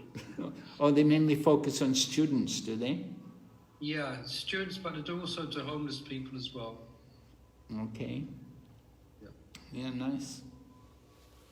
That's a big job. All the way from the manor, they have to drive into London? No, well, it's done in a separate place. Parashurampu has a separate kitchen, which is not at the manor. He was based at the manor, but he outgrew the manor. Now he has his own place. Oh, he has his own place. Okay. It's somewhere in London, huh? Yeah. Okay, good. Yeah. So prasadam distribution and very, very important. The heart of the temple is the kitchen. If you have good prasadam, then there will always be people coming to the temple. And the prasadam is really, really important. You want people to come to the temple, you have to have prasadam. And Prabhupada also wrote a letter before he left the world. He had a letter written and sent to all the temples, telling them they have to distribute prasadam. And they said you should always have prasadam ready at the temple. When people come, there should be prasadam there for them. And you cannot say, oh, there's nothing, He said, Krishna is not a poor man. He said, you have to have prasadam, you have to distribute it to people. Okay? So, 2 kinds of charity, mana and dana. Mana, respect, is offered to a superior, and charity, dana, is offered to an inferior. So 2 different kinds of charity, right? You give to the superior, mana, and you give dana to an inferior. Now, we're going to hear about the different grades of living entities. There are different levels of living entities. We're taught to respect all living entities, but at the same time we should understand there's different levels of living entities, not that they're all equal. Just like we embrace the devotee and we're happy to see the devotee, we couldn't do that with the tiger. You couldn't do that with the cobra, these kind of creatures. We have to understand the difference between different types of living entities. So, this is text 28. Living entities are superior to inanimate objects, O Blessed Mother, and among them, living entities who display life symptoms are better. Animals with developed consciousness are better than them, and better still are those who have developed sense perception. That's text number 28. Would someone like to read text number 29 to 33 for us? Do you have a book there?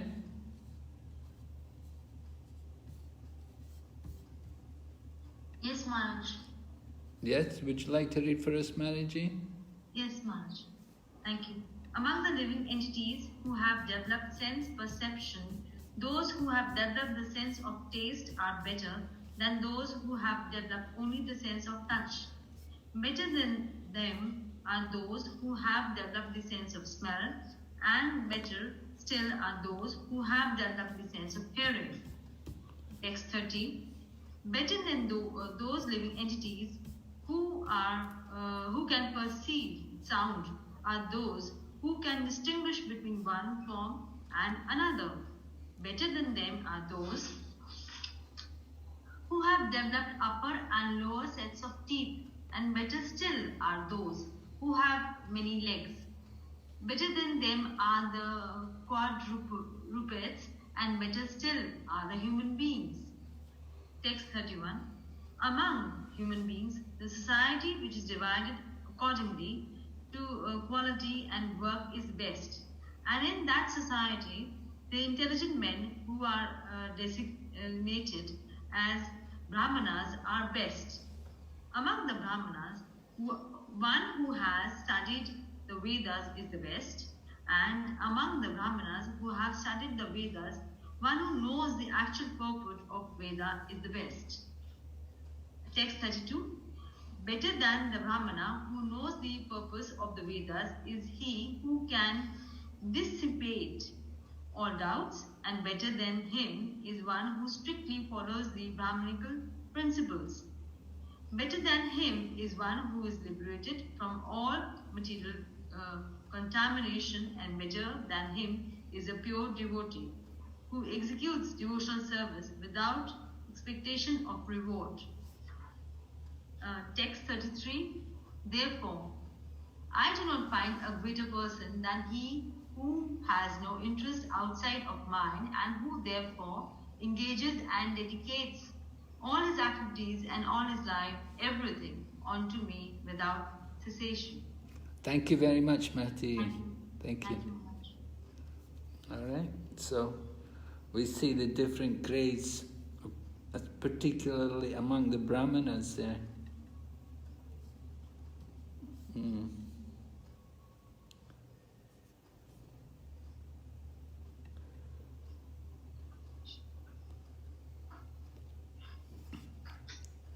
Right, okay, so here mentioned, we must treat the living being, we must treat the lower living entities compassionately. But this does not mean that we have to treat them in the same way we treat other human beings. The feeling of equality must be there, but the treatment should be discriminating. Just how discrimination should be maintained is given in the following 6 verses concerning the different grades of living conditions. So we heard the 6 verses about the different people. Okay, going ahead. This is Lord Kapila's conclusions. Text number 34. Such a perfect devotee offers respects to every living entity because he is under the firm conviction that the Supreme Personality of Godhead has entered the body of every living entity as the Supersoul or controller. All right? So such a perfect devotee. We heard text 33, we heard about the perfect devotee who is completely dedicated to the service of Krishna, and he sees everyone, everything in relation to the Lord. So here we see the perfect devotee, he offers respects because he knows the Lord is in that body. He's there as the super soul. And then text 35, my dear mother, O daughter of Manu, right? Devahuti is the daughter of Swayambhuva Manu, and she'd been married to Kardama Muni. Her father had taken her there to the forest and left her there in the forest with Kardama Muni. Then later on, Kardama Muni created this aerial mansion, and they went and enjoyed their householder life. Then they had the children, and then Kardama Muni left home, and he left her with Lord Kapila, and Lord Kapila is instructing her. So Lord Kapila is instructing his mother. He knows his mother was the daughter of Manu, and he tells her, a devotee who applies the science of devotional service and mystic yoga in this way can achieve the abode of the Supreme Person simply by that devotional service. So we simply have to apply the science of devotional service, and you can go back to Godhead. Apply this process, Bhakti Yoga. And it mentions also mystic yoga, and this way you can achieve the abode of the Lord. We can go back to Godhead. We just follow this process. Text 36. This Purusha, whom the individual soul must approach, is the eternal form of the Supreme Personality of Godhead, who is known as Brahman and Paramatma. He is the transcendental chief personality, and his activities are all spiritual. So this Purusha, meaning the enjoyer, within the body, there's the real Purusha is the Supreme Lord. We think, the living entity thinks he's the Purusha, where that is our mistake, that we're thinking we're the enjoyer. Actually, there's only one Purusha, and that is the Supreme Lord. Hey Krishna Maharaj, may I ask one question? Yes? Maharaj, here in second one, 3.29.35, mystic yoga is mentioned. So, significance of mystic yoga, I am unable to understand, Maharaj. Well, remember we were told that Sankhya Yoga was a process of devotional service along with meditation on the Super Soul. So it could be simply referring to that. It's never made very clear to us what is actually meant by this mystic yoga. It could simply be the meditation on the Super Soul, the Lord in the heart. It could be seeing the Lord everywhere, in everything. It could also be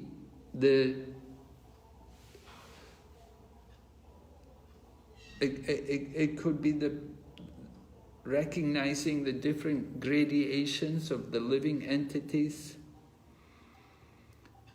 Yes, madam. We just don't get a clear, I haven't seen a text anywhere where it says mystic yoga is, you do this, So what exactly is the mystic yoga? We just understand that the devotional service is somehow connected with mystic yoga. Yes, Maharaj. Because in mystic yoga, if we concentrate on the, meditate on the super soul, that also is told in Bhagavad Gita as incomplete realization of the Supreme Personality of Godhead. So that way, actually, we see the definition of yoga, Dhyan Yoga, which is basically meditating on the Paramatma in the heart. So that is incomplete, and devotional service, of course, complete realization of the God. So maybe what you are saying is, I think we have to understand like gradation of different living entities and seeing the Lord in every living entity. Yes. And we also understand, the process of the mystic yoga, meditation on the super soul, that it brings you to samadhi, and once you come to the samadhi, then you take up devotional service and you actively engage in the service of the Lord. It's not that everything stops. So the meditation on the super soul can be part of the process to bring us to take up active engagement, because if one's realization is complete, then we realize that we're not the super soul, we're the servant of the super soul, and we engage in the service of the super soul. Yes, Maharaj. Maharaj, may I ask a question? Yes. Yes, Maharaj. Maharaj, so we mean to say in mystic yoga, you come to a mode of goodness to attain the super soul. Is it like that? It's a little confusing. Can you just... Can you say that again? Yes, Maharaj. Maharaj, can you say that in mystic yoga, one comes to the mode of goodness so that he can, to enter the pure devotional service? Well, definitely you're going to enter devotional service. You want to come up to the mode of goodness, then you want to transcend even the mode of goodness. Yes. So, can we say that mystic yoga helps us to come into the mode of goodness? That way, is it? Well, again, it will depend on the practitioner. You may do mystic yoga, but you may be influenced by tamagun and rajagun. We don't know. Just as bhakti yoga, the person doing bhakti can be influenced by the lower modes. So the person who does mystic yoga, he could also be influenced by the lower modes. Maharaj, can you give an example? Well, mystic yogis, we see sometimes the yogis, they become angry and they curse. We see Durvasa Muni, how he dealt with Maharaj Ambarish. It was really not very good, what he did. And sometimes he gets involved in these things, quarrels with devotees. Right? You know the story of Maharaj Ambarish and Durvasa Muni. And Durvasa Muni was angry. He wanted to curse Maharaj Ambarish. He created the demon. So sometimes yogis, they have that tendency, mystic yogis, and sometimes they want yoga powers also. Sometimes mystic yogi, they want to get the yoga power to control the universe. So these are some problems. So they fall down many times. Well, yeah, it can be a problem if it's not connected with devotional service. So it's mentioned here, devotional service and mystic yoga. So the yoga is combined with devotional service. So when it's combined with devotional service, then there's not a problem. Yes, thank you, Maharaj. Okay, then text number 30, this Purusha. So they're talking about not the Supreme Purusha, but the living entity. So the living entity, the individual soul must approach, this Purusha whom the individual soul must approach. We have to approach the eternal form of the Supreme Lord, who is Brahman, Paramatma and Bhagavan. He is the transcendental personality. So we are the Purusha, we are the individual soul, but our duty is to understand there's a Supreme Soul, there's a Supreme Lord, and we have to approach Him and surrender to Him. All right, then coming to the last question of Devahuti in this section, she wants to know about time, the time factor. Time is actually the Supreme Personality of Godhead, who is the enjoyer of all sacrifices, the master of all masters.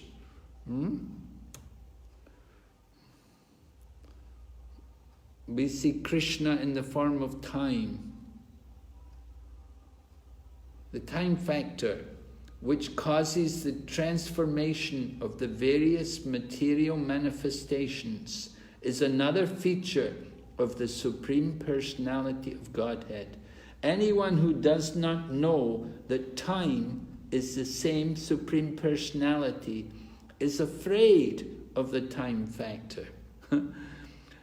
Are you afraid of time factor? If we're afraid of time, are we afraid of becoming old? Are we afraid of death? That's because we don't know Krishna. We should understand time is the same Supreme Personality. The Supreme Personality of Godhead, the time factor.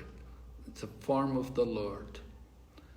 Oh, okay, so all of these points are here. The main philosophical concepts which are introduced in this chapter. First of all, one should follow the principles of devotional service with no desire, including becoming liberated. A devotee doesn't have any material desire. He doesn't even desire liberation. What does he want to do? His only desire? To please the Supreme Lord. He wants to give pleasure to the Lord. That is all. This is called pure devotional service. So that was the lesson from the first section.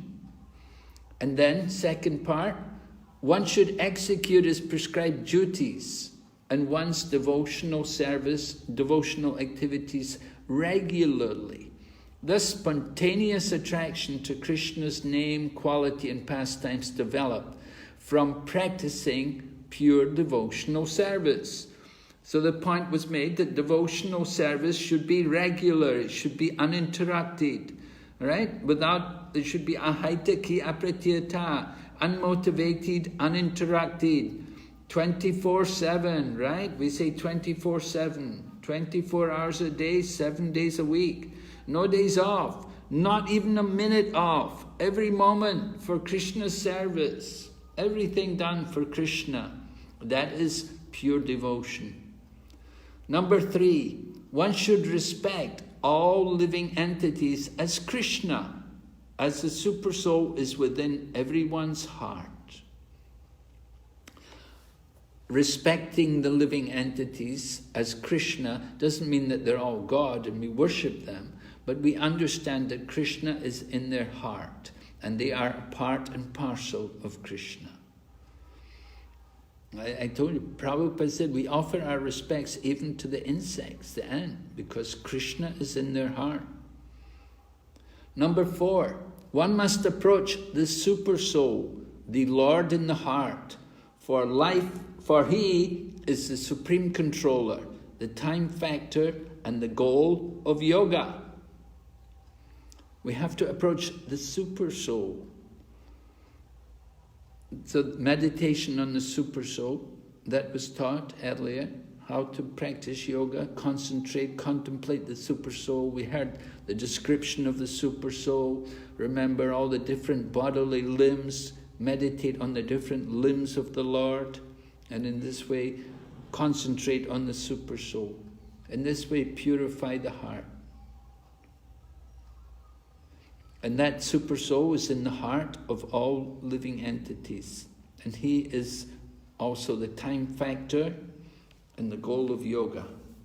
And then the 5th item, knowledge of time as Lord Vishnu's energy impels one to understand the all-devouring effect of time and detach one from material activities.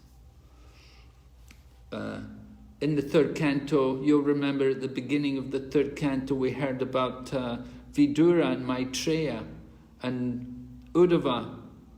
Uddhava came to, Vidura approached, first of all, Uddhava. He wanted to hear about the Lord, and particularly he wanted to hear about the Lord, how he's appeared and then disappeared from the world. And it was described about the annihilation of the Yadu dynasty. And so that annihilation of the Yadu dynasty helps to create detachment from the material world. In the same way, when we hear about the devouring effects of time, it helps us to understand the temporary nature of the material world and helps us to give up our attachment and over-identification with this world. So that's very important for us. Devahuti had asked about that. She wanted to understand the effects of time, and we'll hear more about that when we go into the next chapter. All right? Are there any questions? Oh, there's a final quote here.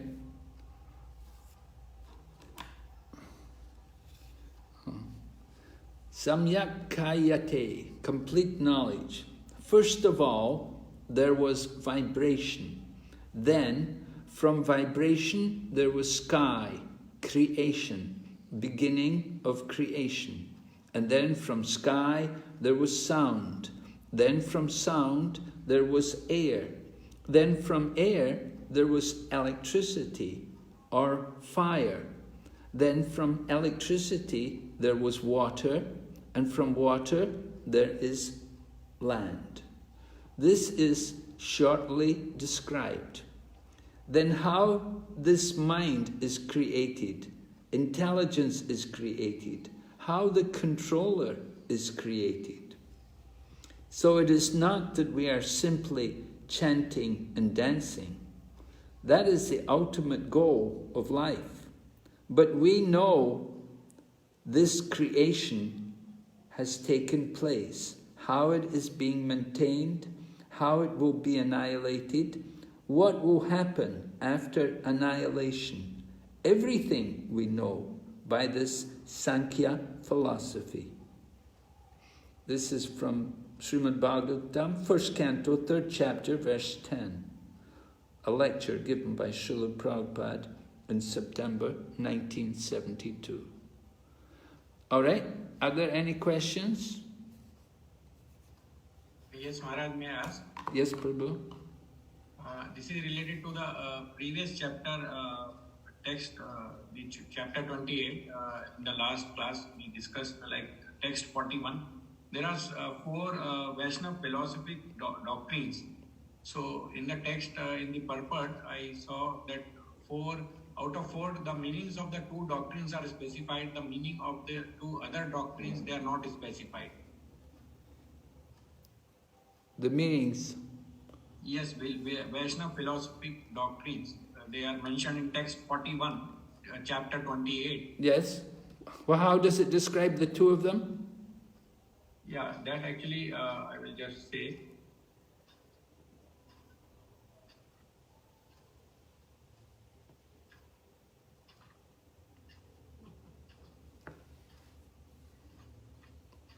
Yes, actually, in the 2 of them, it is mentioned that one is Shuddha Advait, purified oneness. The second one is Advait, simultaneous oneness and difference. Vishishta, Advait and Dvait. Okay. So these 4 actually I could not understand because purified oneness, simultaneous oneness and difference, and Vishishta, Advait and Dvait. Oh yeah, Vishishta Dvait and Dvait.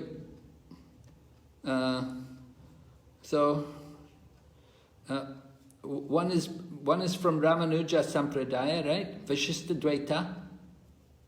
Vishishta Dvaita is Ramanuja Sampradaya, Sri Vaishnavas. Okay. Yeah. So what is mean actually? Shuddha Advait, Dvait Advait. Vishishta Dvait, it means purified oneness. Purified oneness, but that is mentioned as Shuddha Advait. Oh, is it? Shuddha Dvait? Yes. Yes. Vishishta Dvait, Shuddha Dvait. I'll have to look in my notes to see what that is. Okay, Maharaj. I have it in my notes. I thought Vishishta Dvait is purified. Anyway, and one is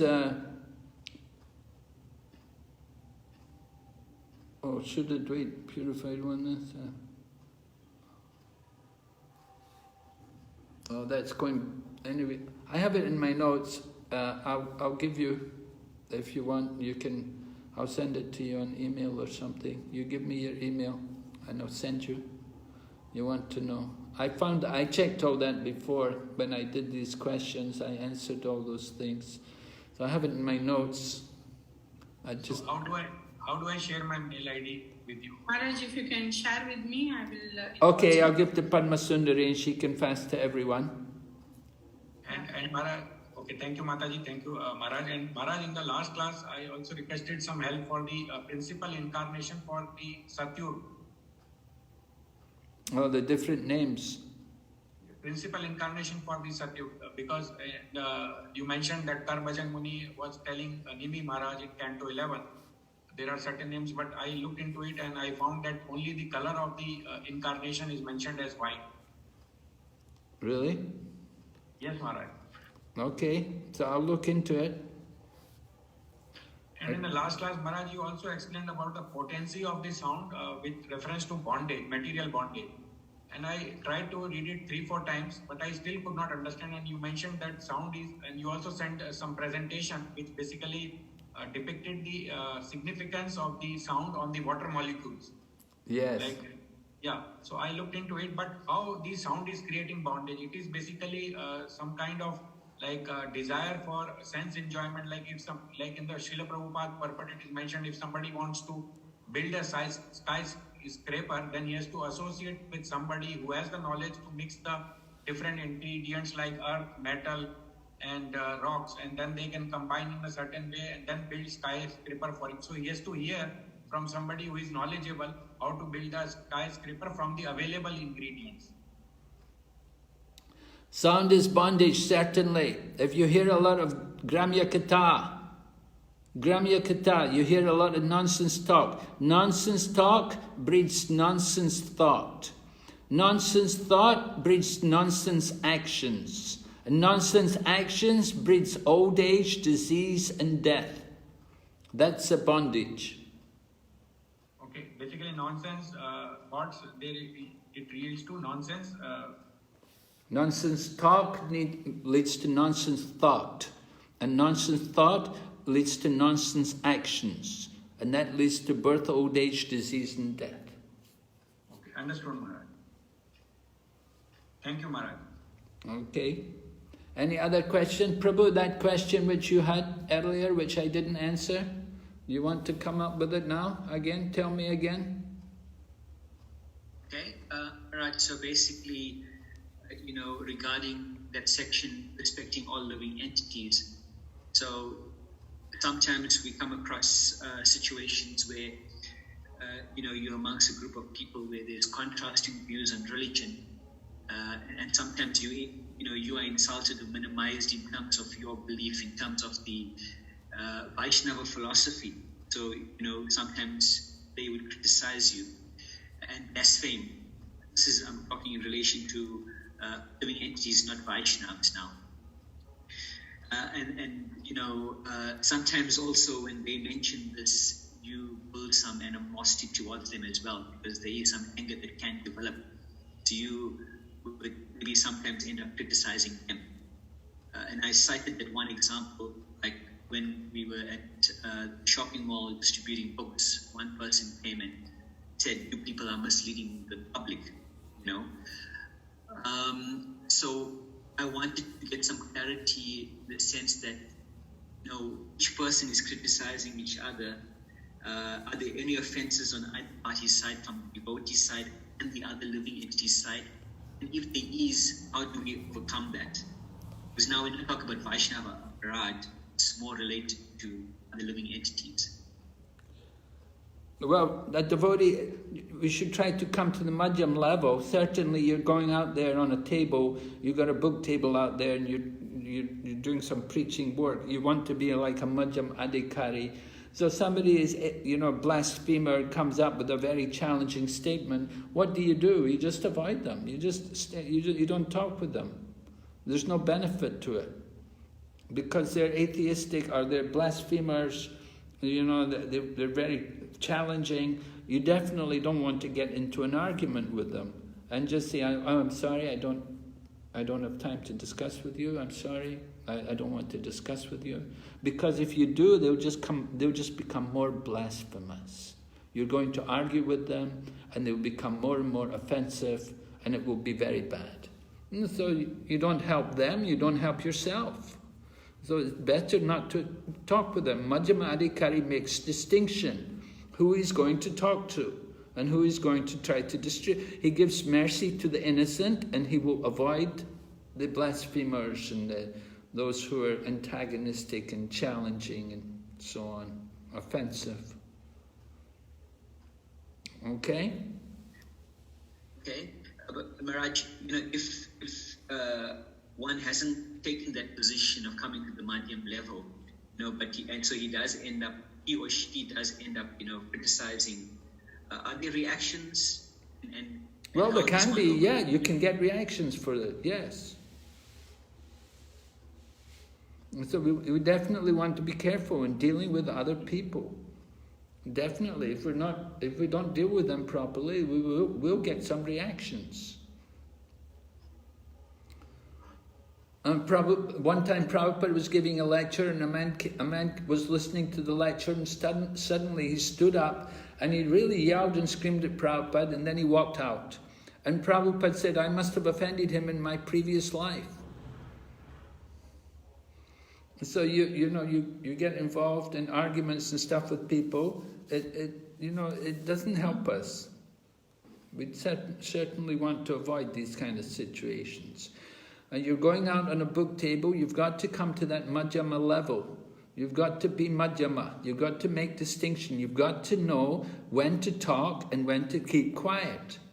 And sometimes it doesn't pay to talk. Sometimes you have to just keep quiet and let them just say their blasphemy, and then they'll go away. All right? Okay. Maharaj, just one last aspect or question on that.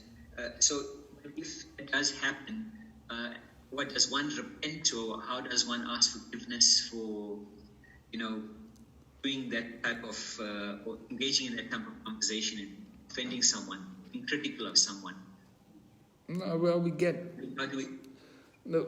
overcome these offences by engaging in just constant chanting of the holy name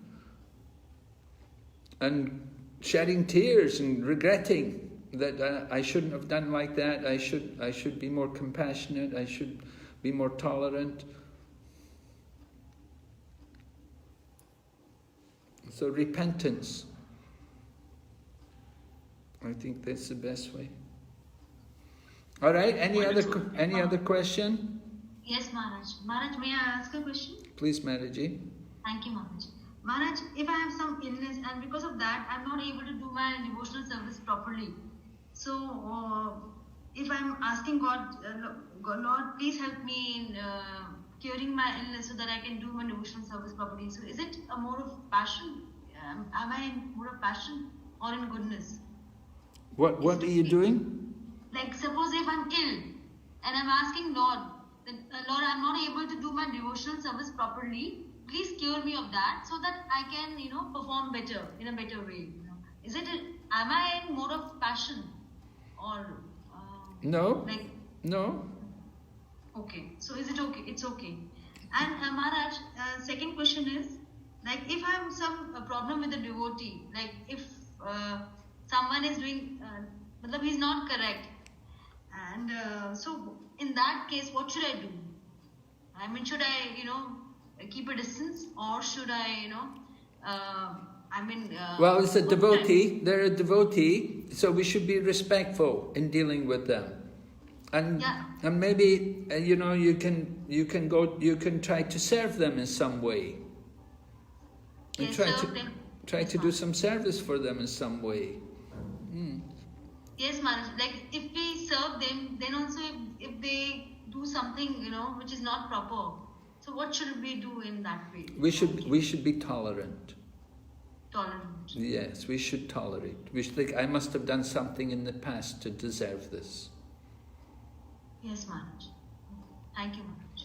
We say an eye for an eye, a tooth for a tooth. If you follow that, that's no good. You'll go blind. Everybody will be blind. Everyone will have no teeth.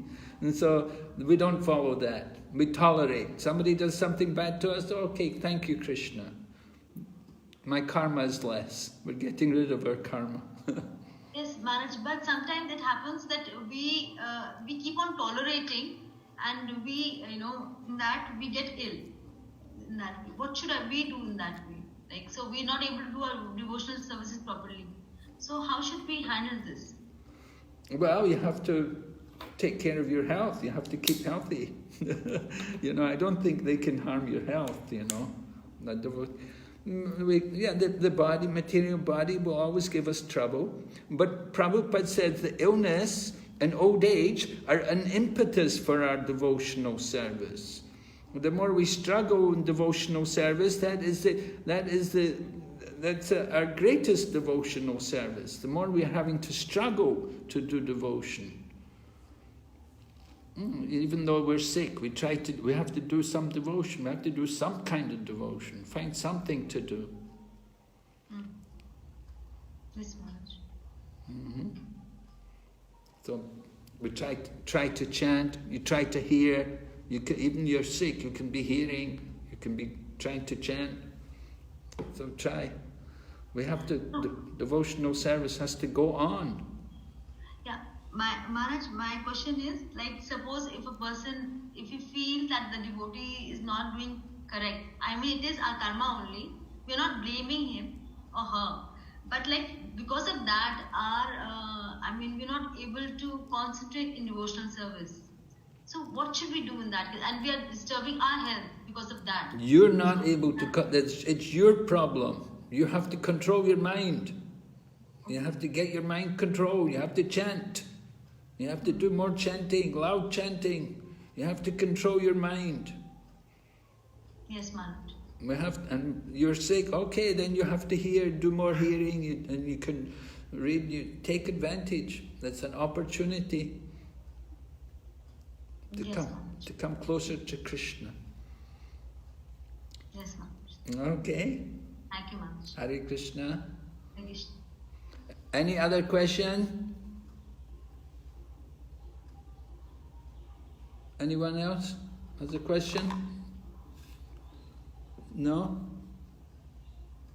Karuna Prabhu, you have a question? Mataji just asked. No, I just asked. Thank you, Maharaj.